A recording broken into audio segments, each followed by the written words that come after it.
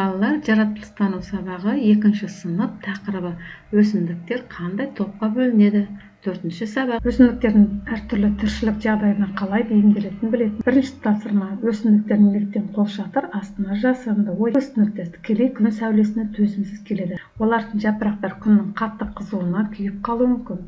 Сондықтан олар ірі ағаштың биік бұтағының немесе жартастардың көлеңкесінде өсуге бейімделген. Көлеңкелі жерлерде ылғал ұзағырақ сақталады. Күннің тікелей сәулесі топырақты тез кептіреді, ал көлеңкеде судың булануы баяу болады. Бұл әсіресе суды көп қажет ететін өсімдіктерге. Көлеңкелі жерде температура салқынырақ болады. Бұл ыстық аймақта өсетін немесе жоғары температураға сезімтал өсімдіктер үшін өмір сүруге қолайлы. Мысалы, мүктер мен қырыққұлақтар көбіне көлеңкелі жерде өседі. Берілген ақпаратты өздерің балалар оқып аласыңдар. Екінші тапсырма: өсімдіктің жапырағын аквариумға салып, балдырды топырақ отырғызсақ, қандай өзгерістер болады? Болжамыңды түсін. Құрлық өсімдігінің жапырағын аквариумға салсақ, мынандай өзгерістер болады. Құрлық өсімдіктері су астында өмір сүруге бейімделмеген. Олардың жапырақтарының жасуша құрылымы су ортасына арналмаған, сондықтан жапырақ біраз уақыттан кейін шіри бастайды, судың сапасын нашарлатады. Бұл аквариумдағы балықтар үшін оттегінің азаюын әкелуі мүмкін. Жапырақ шіріген сайын су лайланып бұлыңғыр болады және аквариумдағы балдырлардың көбеюіне жағдай жасайды. Ендеше құрлық өсімдігінің жапырағы аквариумда тіршілік етеді, экологиялық жүйесіне зиян тигізеді. Балдырлар көбіне сулы ортада өмір сүретін қарапайым су өсімдігі. Егер оларды топыраққа отырғызсақ, мынандай өзгерістер болады. Балдырлардың көбі құрлықта өмір сүре алмайды. Олардың тамыр жүйесі жоқ, су мен қоректі тікелей судан сіңіреді. Топырақта олар суды жеткізе алмайды және тез қурайды да өлек болады. Ауада сусыз ортада тіршілік тоқтайды, яғни өсе алмайды. Әсіресе күннің сәулесі тікелей түссе, олар тез кеуіп қалады. Балдырлар топырақта тіршілік ете алмайды және тез арада жойылады. Қорытынды: бұл тәжірибе әртүрлі организмдердің, мысалы, құрлық өсімдігінің су балдырлары өсу ортасына бейімделмегенін көрсетеді. Оларды табиғи ортасынан бөліп, басқа ортаға орналастырсақ, олар тіршілік ете алмайды, сол ортаға кері әсерін тигізуі мүмкін. Үшінші кластерге қара өсімдіктердің түрлері туралы әңгімелеу. Өсімдік топтарын ертең осылай аталады. Өсімдіктер екіге бөлінген: құрғақшылыққа және ылғал сүйгішке. Құрғақшылыққа төзімді өсімдік силикалы аймақта кең тараған шөптесін өсімдік. Терең тамыр жүйесі суды терең жер қабатынан ала алады. Екінші сексеуіл Қазақстанның шөлді аймақтарында өсетін бұта немесе кішкентай ағаш. Терең және тамыр жүйесі жер асты суларын тиімді пайдалану мүмкіндік береді. Шамгүл су бетінде өсетін әдемі су өсімдігі, су бетінде қалқып, жарықты сіңіруге мүмкіндік береді. Беде ылғалды топырақты ұнататын, егістіктерде және шалғындарда кеңінен өсірілетін бұршақ тұқымдас өсімдік. Оған су жетіспесе, жақсы өспейді. Оған суды көп сіңіруге үлкен жапырақтары көмек береді. Неліктен екі топқа бөлінген?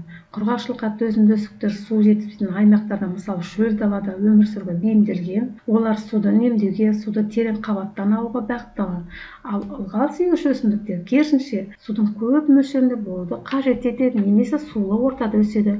Бұл бөліну өсімдіктердің тіршілік әрекетін анықтайтын маңызды бір белгісі болып табылады. Мына жерде тағы да ақпаратты балалар өздерің оқып аласың. Төртінші, бөлме өсімдіктеріне қара. Қай өсімдіктің ылғал сүйгіш екенін, ал қай өсімдіктің құрғақшылыққа төзімді белгілері. Сыныптағы өсімдіктер қара, қандай өсімдіктер ылғалды ұнатады, қандайсы құрғақ климатқа бейімделген. Бұл мұны өздерің сыныптағы өсімдіктерге қарап айтуға болады. Монстера ылғал сүйгіш өсімдік. Оның үлкен, жұмсақ және тесіктері бар жапырақтары. Бұлар көп ылғалды жоғалтқанда тұрақты ылғалды қажет. Құрғақ ауада жапырақтың шеттері қоңырғай тартып солып қалады. Екінші кактус суды сақтауға арналған жуан, етті сабақтары болады. Бұл оларға ұзақ уақыт сусыз өмір сүруге мүмкіндік береді. Жапырақтар болмайды немесе кішкентай болады. Оның орнына судың булануын азайтатын, жануарларды қорғайтын тікенектер немесе түктермен қапталған. Антуриум жапырағы кең, жылтыр және қалың болып келеді.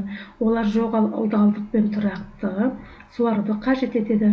Құрғақ болса, жапырағы сарғайып, солып қалады екен. Балалар, бұл өсімдікті табиғи ортасы мен олардың ерекшеліктері, жапырағының түрі, сабағы, тікенектері, суға деген қажеттіліктерін анықтауға. Қандай өсімдіктер өседі?